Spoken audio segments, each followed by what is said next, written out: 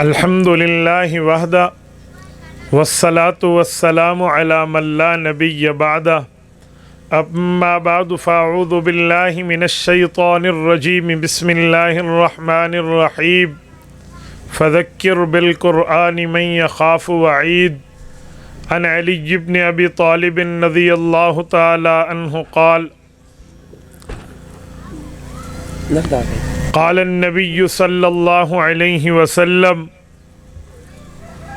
الا انہا ستکون فتنہ قلت ما المخرج منها یا رسول اللہ قال کتاب اللہ فیہ نبأ ما قبلکم وخبر ما بعدکم وحکم ما بینکم هو الفصل لیس بالہزل من ترکہ من جبار قسمہ اللہ ومن ابتغى الهدى في غيره أذله الله وهو حبل الله المتين وهو الذكر الحكيم وهو الصراط المستقيم هو الذي لا تزيغ به الأهواء ولا تلتبس به الألسنة ولا يشبع منه العلماء ولا يخلق عن كثرة الرد ولا ينقضي عجائبه هو الذي إذ سمعته الجن حتى قالوا إنا سمعنا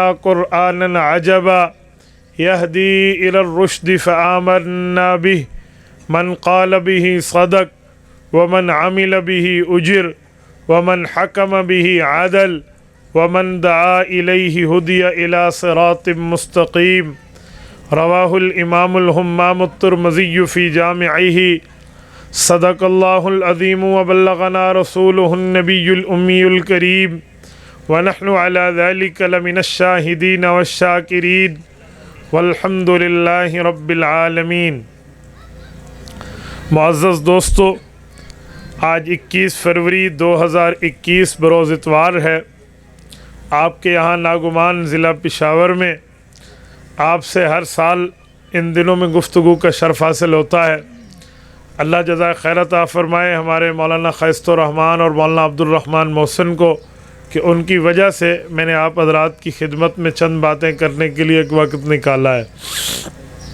میرے دوستو، 27 بچے وہ ہیں جنہوں نے قرآن کریم کو ختم کیا ہے اور مکمل حفظ کر لیا ہے۔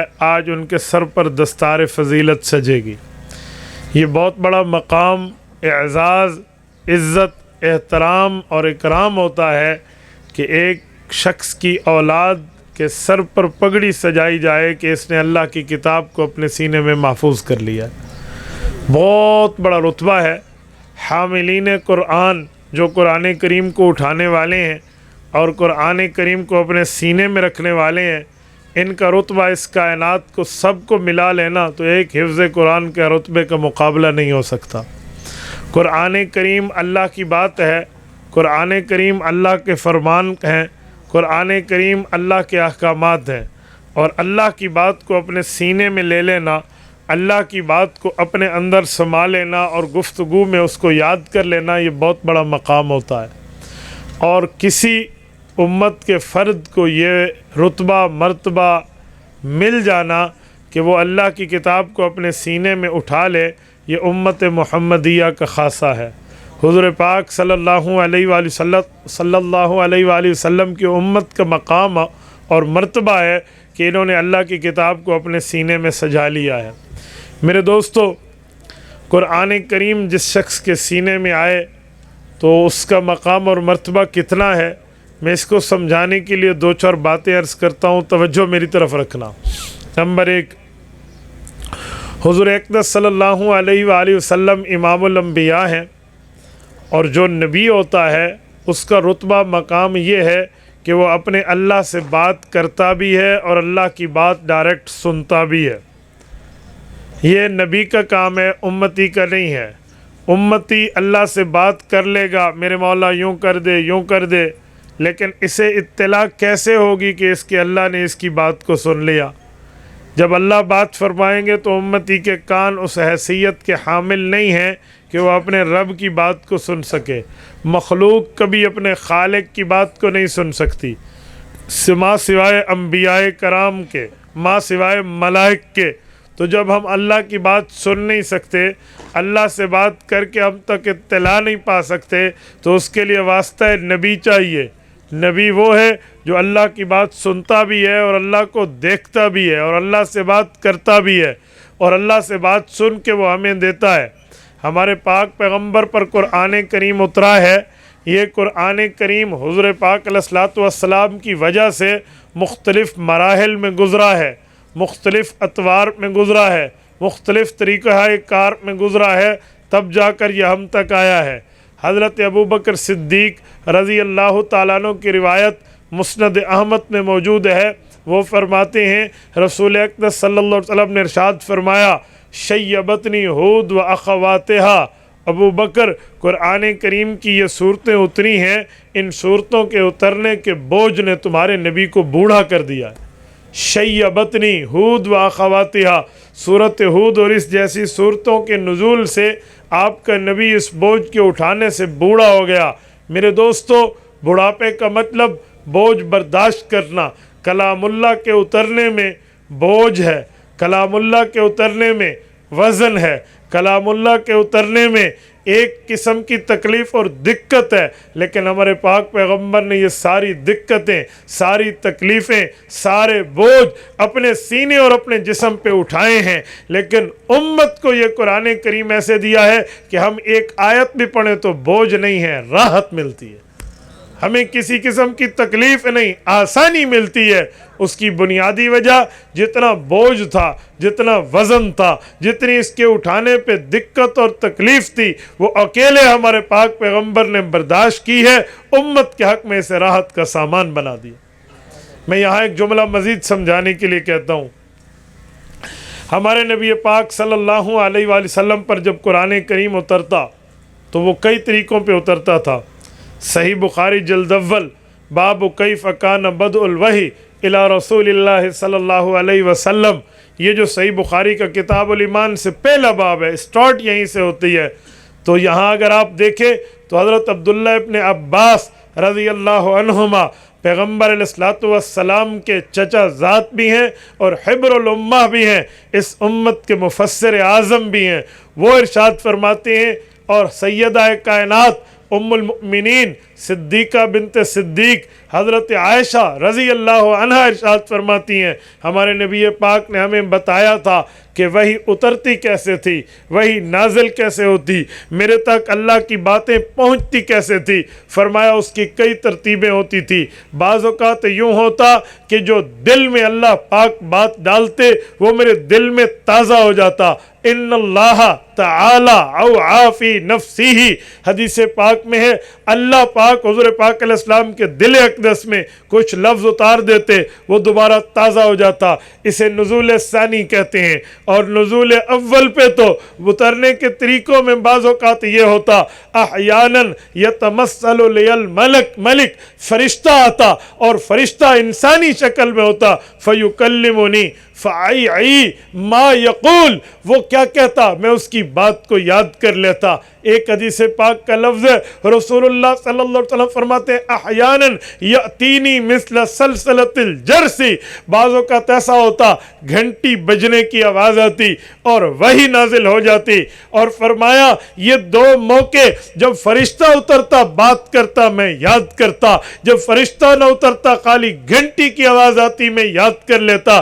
ان میں ایک موقع بہت نرم تھا، ایک موقع بہت گرم تھا۔ فرمایا وَهُوَ أَشُدُّهُ عَلَيَّ فَيُفْصَمُ عَنِّي، اتنا سخت ہوتا کہ جب کسی کی آواز آتی اور اس کی شکل نظر نہ آتی، فَيُفْصَمُ عَنِّي، مجھے پسینہ آ جاتا، اور جو فرشتہ آتا مجھ سے بات کرتا انسانی شکل میں، وَهُوَ أَهْوَنُ عَلَيَّ، فرمایا وہ بہت آسان ترتیبیں ہوتی۔